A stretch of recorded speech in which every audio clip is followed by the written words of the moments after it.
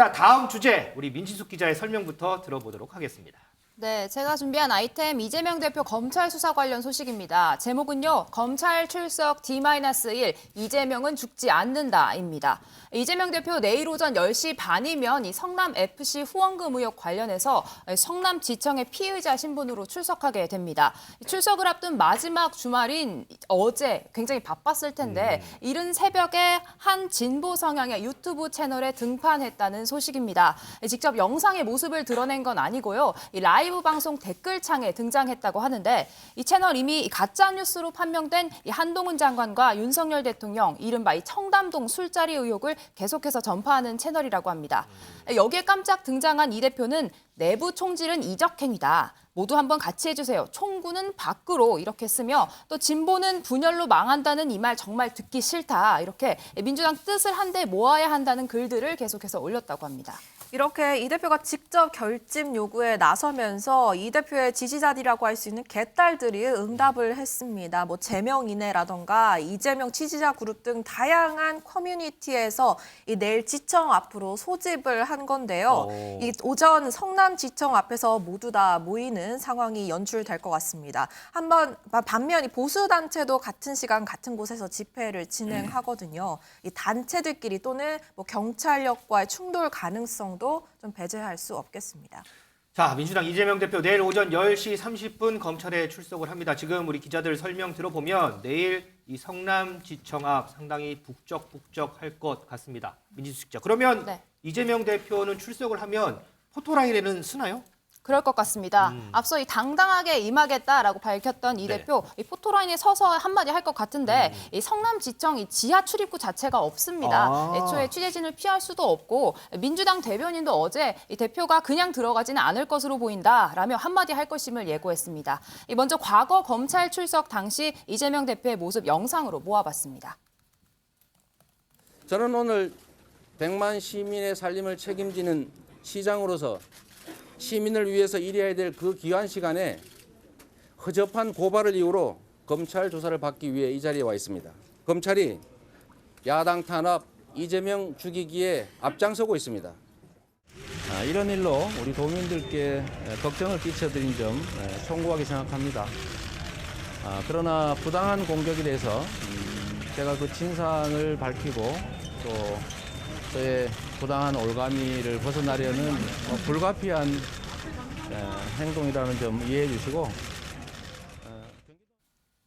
네, 방금 보신 영상처럼 지난 2016년과 18년도 이재명 대표 친형 강제유방 의혹 관련해서 검찰 조사를 받았습니다. 네. 내일 나가면 세 번째 성남지청 소환인데요. 이 당시에 지지자들이 검찰청 입구를 빼곡히 저렇게 채우면서 이번에는 더 많은 측근들과 지인들이 모일 것이다 이렇게 예상되고 있습니다. 또 이 당 대표 소환 일정 잡기가 굉장히 어려웠잖아요. 네. 그래서 내일 조사 한 번으로 마무리할 수 있도록 조사는 굉장히 늦은 시간까지 이어질 것으로 보입니다.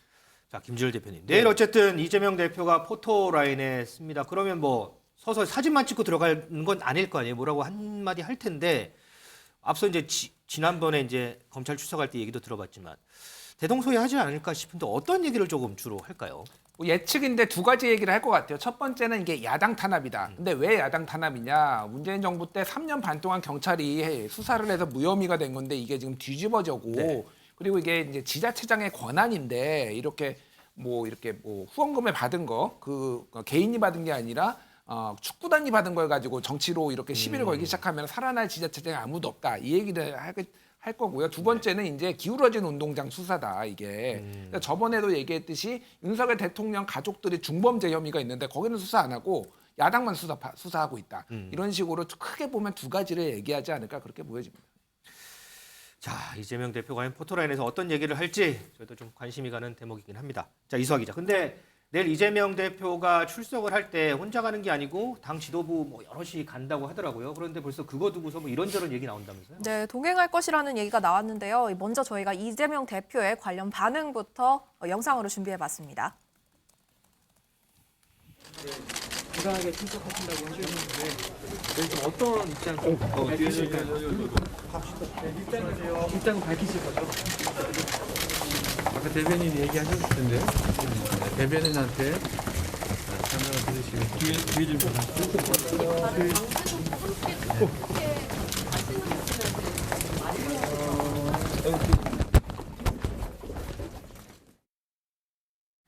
국민의힘은 이렇게 민주당 지도부가 다 같이 가는 부분에 대해서 지금까지는 민주당이 이 대표에게 인질로 잡혔다라고 생각을 했는데 이렇게 되면은 민주당도 공범이라고 생각하지 않을 수가 없다라면서 이 범죄 피의자 이재명과 함께 민주당이 죽겠다는 옥새 전략을 당장 끝내야 된다라고 비판했습니다. 네, 반면 야당에서는요, 이 대표를 향한 검찰 수사를 무리한 보복 수사, 정적 제거라고 규정하며 당 차원에서 계속 맞서고 있습니다. 정청래 최고위원은 오늘 최고위에서 이재명은 죽지 않는다라며 죽은 사건으로 정적 죽이려는 정권은 오래가지 못한다 이렇게 주장했습니다. 전해철 의원도 당 대표의 사법 리스크에 당이 단일 대우로 대응하는 건 부득이하다 이렇게 이야기했습니다. 하지만 당내에서 비판의 목소리도 나오고 있다고 하는데요. 이 당을 위해서라면 검찰 조사에 이재명 대표가 혼자 나가는 게 맞다. 이 박지원 전 비상대책위원장은 자신의 SNS에 지도부가 동행하면 이 국민들은 민주당을 민생보단 이 대표 방탄에 전념하는 정당으로 볼 것이다. 이렇게 비판하기도 했습니다. 자, 윤 대표님, 지금 민주당 지도부가 내일 이재명 대표와 함께 검찰에 나가는 모습에 대해서 뭐 여러 가지 얘기들이 나옵니다. 윤 대표님 생각은 좀 어떠세요? 저는 혼자 나가는 게 국민들한테 훨씬 호소력이 있지 않나 생각이 뭐 지도부 없이 이제 이재명 그렇죠. 대표 혼자서 혼자 나가서 나는 죄가 없으니 당당하게 나는 검찰에 가서 내 얘기를 하겠다. 내 소신을 밝히겠다. 이러는데 여럿이 나가면은요. 뭔가 좀 불안하니까 서로 의존하려고 하는 거 아니냐. 이게 뭐 민심을 흔들고 이게 투표로 죄 유무를 결정하는 게 아니거든요. 이게 법리에 의해서 죄형 법정주의 법에 의해서 잘못되면 처벌받고 아니면은 무죄가 되고 그러는 거예요. 근데 왜 이렇게 몰려나가요? 그래서 당하고 이재명 대표하고 분리해야죠. 지금 이재명 대표가 당 대표 되기 전에 성남시장 할 때 있었던 일이잖아요. 근데 왜 당이 같이 나가냔 말이에요. 그래서 정성호 의원이라고 이재명계 그 좌장이라고 하시는 분도 왜 개인 리스크하고 당하고 같이 가냐 분리해야 된다 이런 얘기도 하고 문희상 전 국회의장은 교토 3굴 굴 3개 파야 된다고 그랬잖아요. 네. 뭔가 당이 대응책을 해야 되는데 당 지도부가 우르르 간다. 저는 뭔가 잘못 생각하고 있는 거 아닌가. 이재명 대표가 오는 걸 막아야 된다고 봅니다. 우리 김준일 대표는 뭐 윤석열 대표하고 의견이 같으신가요? 아니면 좀 다른 의견이 좀 있으신가요? 뭐 비슷한 의견인데 다만 이제 민주당의 고민이 그거예요. 이번에 혼자 나가면 이재명 대표 혼자 나가면은 다음번에도 왜 뭐 그러면 같이 나가냐 뭐 이런 얘기들이 여러 차례 있을 텐데. 네. 그리고 지금 이제 당내에 주는 메시지인 거죠. 그러니까 내부 총질 얘기가 나왔던 거거든요. 일맥상통한데 이게 당이 대응의 문제다라고 해서 지금 당내에 이제 여러 가지 메시지를 주는 거라서 좀 불가피한 측면이 있는데 저도 사실은 이 문제는 오히려 혼자 나가는 게 낫다. 왜냐하면은 이거 자체가 굉장히 이재명 대표 입장에서는 사실 굉장히 뭐 억울하다라는 입장이거든요. 그리고 법리적으로도 이건 해볼 만하다. 네. 좀 그런 거라서 오히려 그냥 당당하게 나서는 게 좀 더 낫지 않았나 그런 생각을 합니다.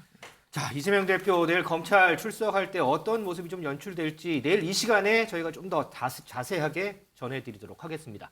우리 민주당 소식 잠깐 하나만 좀 더 짚어보고 가겠습니다. 민주당 의원들이 주관을 하는 이 국회 전시회에 전시될 윤석열 대통령 부부 풍자 그림이 있는데 이게 국회 사무처에서 철거됐다는 얘기가 있습니다. 문희숙 기자. 그렇습니다. 이거는 무슨 얘기예요? 네, 간략하게 행사 내용부터 설명드리면 민주당 의원과 무소속 의원 등 12명의 국회의원들이 주관한 전시회인데요. 네. 전시 하루 전인 어제 철거됐다는 소식이 오늘 새벽에 철거됐다는 소식입니다.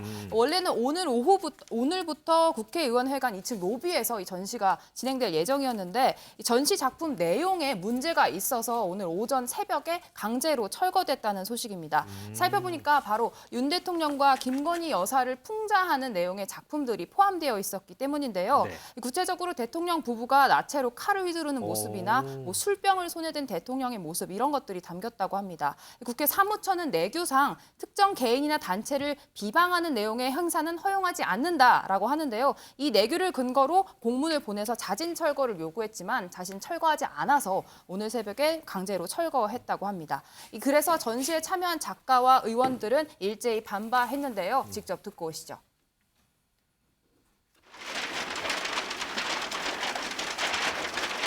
사부총장님이 뭐라 그랬어요? 실무질의했다며. 사부총장이 안 하셨으면 실무질의 나오세요. 그러면 우리 작품 돌려달라고 원상복귀하라고요. 작가의 동의도 없이 어떻게 작품을 철거합니까? 전 세계에 이런 사례가 없을 듯합니다. 이번 전시는 곧 부당한 권력에 더는 시민들이 압사당하지 않겠다는 다짐이기도 합니다. 국회 사무처는 이 같은 다짐을 무단 철거라는 야만적 행위로 짓밟았습니다. 극명하게 드러난 국회와 정치의 예술 문맹, 그 민낯이 참담합니다. 네, 여당에서도 조금 전 입장을 발표했는데요. 네. 이번 전시는 이 정치 풍자의 수준을 넘은 이 국가 원수에 대한 인신 모독이다. 이 저질 전시회를 공동 주관한 민주당 의원들의 처신도 한심하다 이렇게 비판했습니다. 우리 민지숙 기자 설명을 들으니까 지난 2017년인가요? 당시에 박근혜 전 대통령 관련한 풍자 그림이 뭐 전시가 돼서 많이 논란을 빚었는데 그때하고 좀 상황이 좀 비슷한 거 아닌가 싶기도 합니다. 윤 대표님, 네. 이 풍자 그림 관련해서 논란이 좀 계속 반복이 되는 것 같아요. 그렇죠. 표현의 자유가 있긴 있어야 되는데 어느 정도까지 허용되느냐, 뭐 그거 문제죠. 저는 이런 말이 생각나요. 미 연방 대법원에 그 올리버 웬델이라는 사람이 있었어요. 그분이 주먹을 휘두를 권리는 상대방의 코앞까지다. 주먹을 휘두르는 건 얼마든지 휘두르는데 네. 상대방의 코를 때려가지고 코피가 나면 안 된다 이거죠. 그래서 표현의 자유도 일정한 한계가 있어야 된다 하는데 제가 보기에는 이거 철거한 거 불가피한 조치가 아니었나. 지금 현직 대통령 부부나 측근에 대한 너무 인식 모독적인 그런 그림이 좀 많았지 않느냐 뭐 이런 생각이 들어요. 이거 철거도 또 경찰이나 이쪽에 한 게 아니라 국회 사무처, 네. 그것도 민주당 출신 그 이광재 사무총장 네. 그분이 주도해서 한 거기 때문에 제가 보기엔 좀 지나쳤던 게 이 그림의 내용이 아닌가 제가 보지는 않았습니다만 그런 생각이 좀 듭니다. 자, 이 풍자라는 단어의 뜻 그리고 어디까지가 풍자일지에 대한 이 고민이 좀 한번 필요하지 않을까 싶기도 합니다.